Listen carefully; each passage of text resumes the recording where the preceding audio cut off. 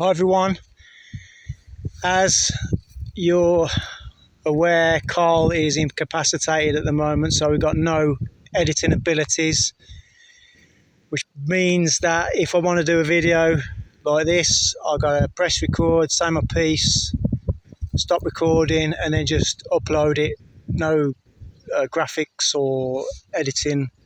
So basically, if there's any stuttering, stammering, swearing, losing my way, we just have to make do with it.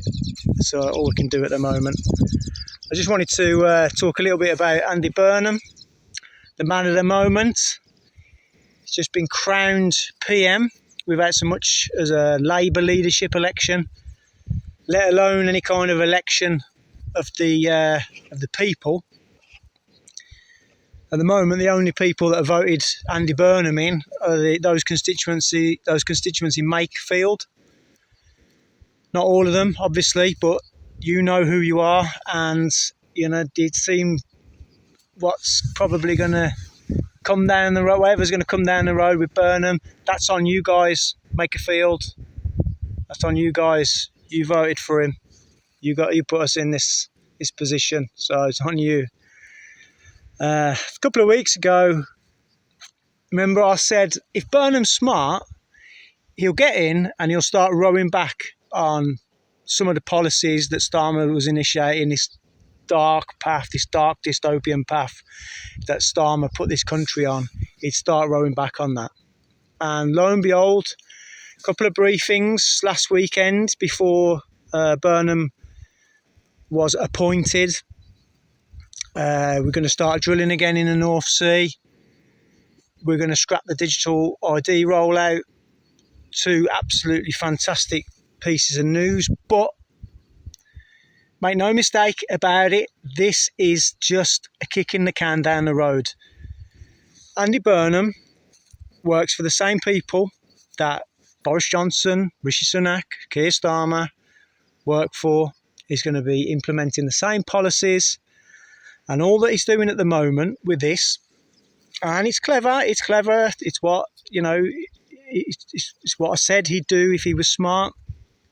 He's playing to the electorate, particularly, the working class communities that used to vote Labour, that hate net zero, don't believe in climate change, hate the government being in their business, don't want digital IDs. In fact, I don't think there are many communities at all that wants a digital ID or a social credit system. You'd have to be pretty desperate if you want to live your life controlled by the state. So he's playing to certain voters, and if he gets in the next election, and because things can change, voters are fickle. For the most part, voters are fickle. If he gets in, whether that's, I very much doubt it would be with an outright majority, but he could certainly be Prime Minister in a minority administration or a rainbow coalition. And if he got another 5 years at it, then of course these policies will start to be implemented again. And we'll have the digital ID rolled out. We'll have the more of the net zero stuff back again, the Ed Miliband stuff type insanity. President Trump was quite right in what he said with the news about the North Sea. He said people in Aberdeen are going to be dancing in the streets at this news. I don't think they'll be dancing in the streets, but obviously, people in some of these Scottish seaside towns, their employment prospects have just been improved overnight. If they're going to start the platforms up again and get that natural resource out of the ground from under the sea to benefit our own people and to put money back into the treasury, which is absolutely what any country any country in its own right mind would be doing. But unfortunately, we've had now for a few years prime ministers that are signed up to these net zero policies, and no government, no British government, no government of any Western nation should be told what to do by foreign globalist NGOs. Don't drill. Don't hand any new contracts out for your North Sea oil. That should not be happening. But obviously, these people are captured. They're totally captured. It's, with the digital ID, it's the same thing. It's no different to net zero. It's all part of the same scam for control, total control to, basically destroy the West through energy, through food, through attacking farming, attacking energy infrastructure, controlling the masses under the guise of climate change. So this is all going to start up again, especially if Burnham gets another 5 years at it. The censoring of the internet. We just had news recently that they're going to start censoring YouTube. So basically, only state sponsored, approved regimes will have their news items. They will have their news items pushed to the front of the queue on YouTube. So all your little indie groups, been the Labour Party or whatever, David Curtin, Reform UK, the UKIP bloke, or whatever your whatever people you subscribe to on YouTube, they're going to be much lower down the platform because the government wants to basically control what people see on the internet, to censor the internet, to control the narrative, to basically brainwash people. It's the same with this, stopping kids from being on social media. That's not about safety. That is about control. They can't, now they've spread that to, I think it's 17-year-olds. They're on about giving 17-year-olds a curfew, so they can't go on the internet after midnight or something. But they can vote at 16.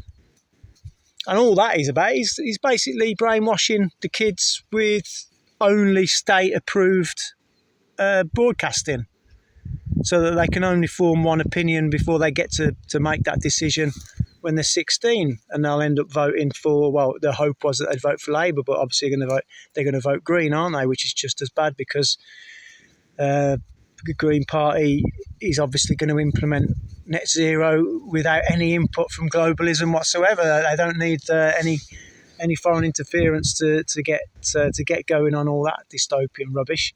So yeah, kids are going to be voting for left-wing parties because they're going to be banned from seeing any kind of right-wing, conservative, libertarian output whatsoever. That's all that's about.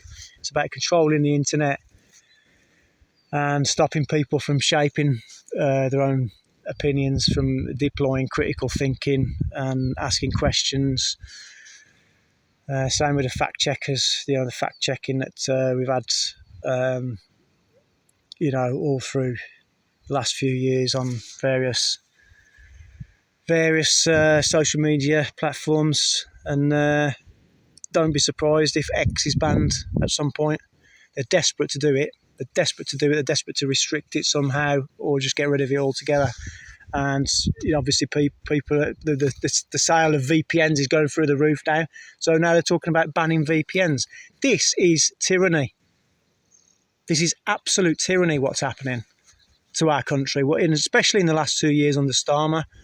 People being arrested for speech, people being barred from the country for speech, and all the time he goes up to President Trump and says, we've had free speech in this country for a very long time. Absolute total gaslighting, off the chart gaslighting. And obviously President Trump doesn't buy it. He knows what's going on. He's not stupid. And the British people know what's going on because they can read these stories. At the moment, they can read about these stories. So we really got to push back, folks. Keep pushing back. We don't want the digital IDs. We don't want net zero. It's all a scam. It's all about control. We don't want CBDCs. We want to speak freely. We want to be able to go on the internet when we want to go on the internet and see what we want to see on the internet. Whatever political, whether that be on the left, on the right, in the centre, we want to have access to whatever we want to see. It doesn't matter what it is with regards to political persuasion. We need to see it across the spectrum. We cannot live in a country where we only get to hear one side of the story. That is tyranny. Anyway, that's pretty much about sums it up. So it's good news in the short term about the digital ID, the North Sea drilling, brilliant, great short term. It's only short term, folks. It's a ploy. Don't fall for it. Don't be fickle like some people are. And I'm talking about you, Makerfield. You got the guy in because you wanted Starmer out, and we're only going to get more of the same. So that's all I got to say. Thanks for listening. I'll see you in the next one. Hopefully Carl's better soon.